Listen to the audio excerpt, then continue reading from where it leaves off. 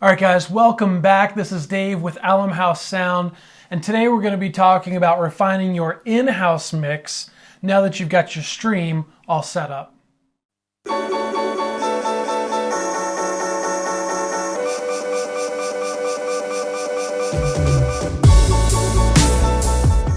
All right, so welcome back. Most of the videos I've been posting recently are talking about how to refine your live stream sound. Everybody scrambled months ago because there was instantly nobody in their venue, in their room, and they had to figure out how to broadcast their audio, how to make a live stream and create an experience that's virtual or digital that can reach out to their community and their congregation. Well, now we're getting people back in the seats. People are opening up their churches again, right? They're opening up their venues and they're getting people to come back and attend in person, but we still have that experience online that we have to deal with.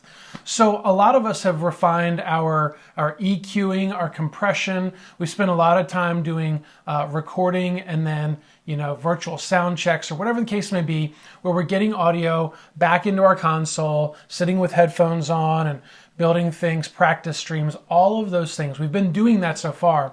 Well, today what I want to do is walk you through how I've been able to refine my in-person EQing without messing up my stream mix. So we're going to be talking about subgroups. We're going to be talking about post-fader, pre-fader mixes again, but this is in terms of grouping your band or your drums or whatever the case may be together to do some further refinement before it goes out to your house mix. So let's dive into the console now.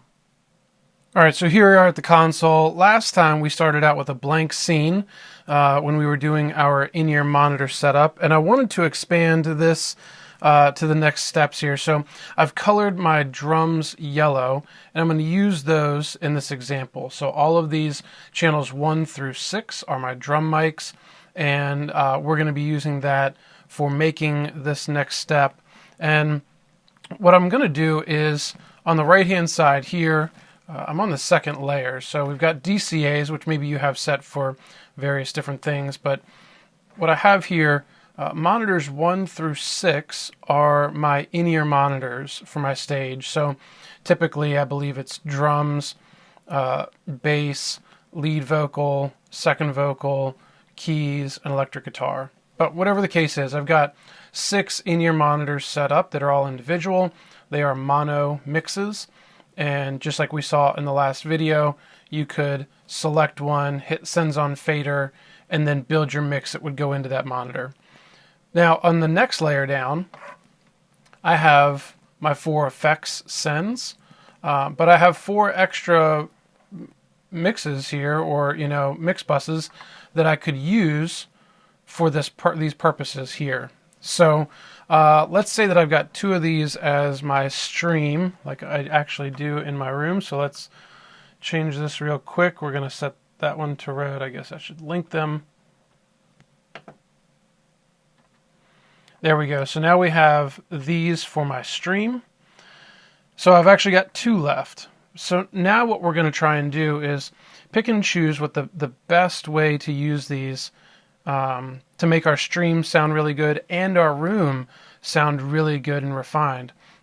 So what I tend to do is I tend to mix I EQ these drum mics to sound good in my stream. Now, this is a little backwards because usually what we do is we have to make the room sound good, and depending on the PA and the room acoustics and all the various things, we're going to try and make these sound good in the room.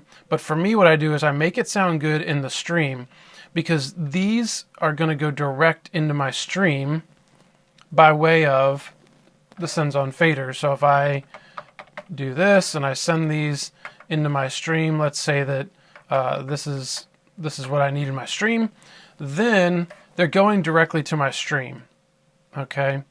But I want to make them sound good in the room next.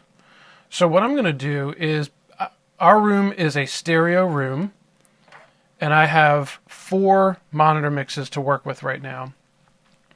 So I could do, for stereo, I can do a pair here for drums, and then I can do a pair here for band, And that would give me a way to refine with EQ and compression all of the mix for my room and have it really be nice and tight. Now, if you're in a mono setup where everything is right down the middle, well, you've got 4 individual groups here. You could do drums, band, and you could do vocals on one of them because everything is going to be mono anyway. Nothing's going to have any width, and so your effects would be giving you your depth there in your mix. But what we're going to do right now is set this up. So I'm going to do these as drums. So what I'm going to do first is color these different. So I select it, I go up to setup, I mouse over to the name and icon setting, and then I'm going to color this yellow just to match the yellow over there for simplicity's sake. And then I'm going to link these together. So I'll go back over here, home, and then config, and I can hit link. It says, do you really want to link? Yes, there we go. So now these are linked together. I'm going to start out bringing these up to 0. And these, if you look, I hit select here. This panning is panned hard right, and this one is hard left. It's very important to know that. The other thing is we're going to set these as a subgroup. So it's set up as a subgroup right now. So it's not pre-fader or post-fader. It's actually going to take the mix that comes in from our faders, and it's going to set 100% of that. Whatever goes there is going to come over here. We still have EQ and compression capabilities on these. And so we've got it set as subgroup. That's great. It's linked. That's great. Let's go ahead and get these to come in. Well, to do this, we're going to hit our Sends on Fader button because it's selected. Okay. All we're going to do is unmute our drums, and we're going to bring these all up to 0. Okay, so we're just going to push all of these up to 0. And what that means is that 100% of what's in our house, this EQ curve, is going to be taken and sent into our mix bus. If we pull this way down, that's going to be affected over there. So let's just try that. We'll put all these faders down. We'll hit some music and see what we get. All right, so right now I have nothing going over there, but if I bring up the kick drum, now I have kick drum going over there. If I bring up the snare drum a little bit, now I've got snare. This is tom 1, which is probably not doing anything, tom 2, and these are my overheads. All right, so maybe that's what our mix looks like. So collectively, we can see that we're getting some metering over here now that's a group of drums. All right, now the reason we did stereo, again, is because my room is stereo, and I already have these panned, some left and some right. So if I go through real quick and I take this one, I pan it to the right, I pan this to the left. Again, this is not my normal scene. This is just a fresh scene that we started with for the last video. All right, kick and snare right down the middle. Toms are panned left and right. Overheads are panned hard left, hard right. All right. The next thing that's really important is the stereo bus button, because right now these actual drum faders are going out to the house, but we want it to go through our mix bus and then out to the house. So to do that, we select our channel 1, we click deselect the stereo bus. We're going to do that for all of our mics here. So now they're no longer going out to the house, right? So if I go like this and I bring this up, it's no longer going out to the house. So just to show here, I've selected snare drum. Snare drum is now going out to the house, and we can see metering up there in the top window. But if I deselect, now we get nothing going out to the house. So that's good. But what we do need to do, we do need to select this mix bus, and we need to select stereo bus for that. That way now, all of our drums are going through the stereo bus and out to the house. So we could do that for band. Band for me is a couple different ones, but we would repeat this going down here. I could select, I could link it, I could make it a stereo group. I could take all of my band instruments. Some people leave bass separate. Some people put bass in. It's up to you. It's preference at that point, but you can take your keys, your drums, your pads, your guitars, your bass. You could put all of those that are all set and EQ'd and compressed to sound good in your stream. You could then send them to a bus that can be refined for your house. So what we're going to do now is we're going to do this, and we're going to say with an example that we need to EQ our drums a little bit differently for our house. So we select our mix bus. Now we can see what our drum mix is looking like.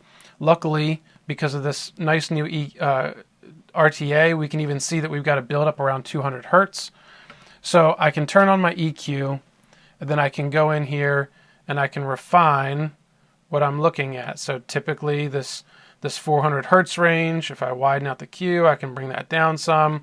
I can, with these mix buses now, you've got 6-band EQ.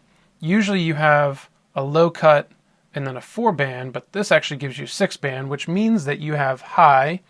Then if you press them together, that's high 2.